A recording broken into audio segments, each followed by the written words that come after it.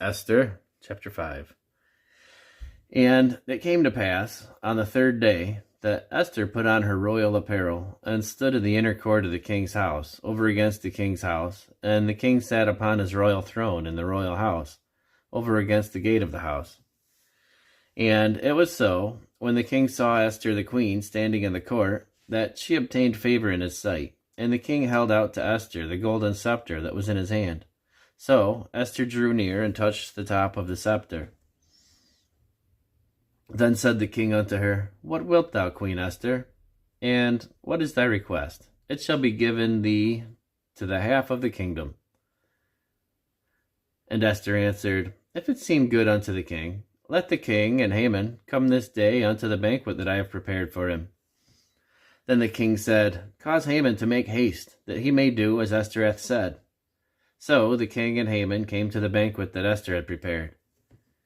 And the king said unto Esther at the banquet of wine, What is thy petition? And it shall be granted thee. What is thy request? Even to half the kingdom it shall be performed.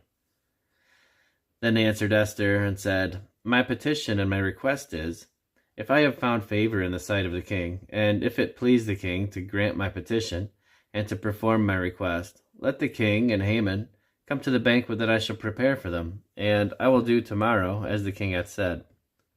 Then went Haman forth that day joyful and with a glad heart.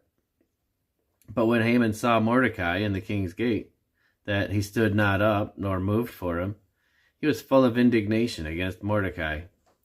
Nevertheless, Haman refrained himself, and when he came home, he sent and called for his friends and Zeresh his wife, and Haman told them of the glory of his riches and the multitude of his children and all the things wherein the king had promoted him,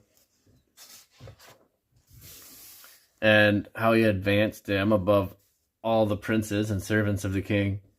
Haman said moreover, Yea, Esther the queen did let no man come in with the king unto the banquet that she had prepared but myself, and tomorrow am I invited unto her also with the king. Yet all this availeth me nothing, so long as I see Mordecai the Jew sitting at the king's gate.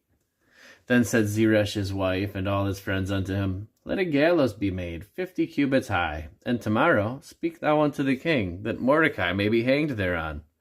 Then go thou in merrily with the king unto the banquet. And the thing pleased Haman, and he caused the gallows to be made.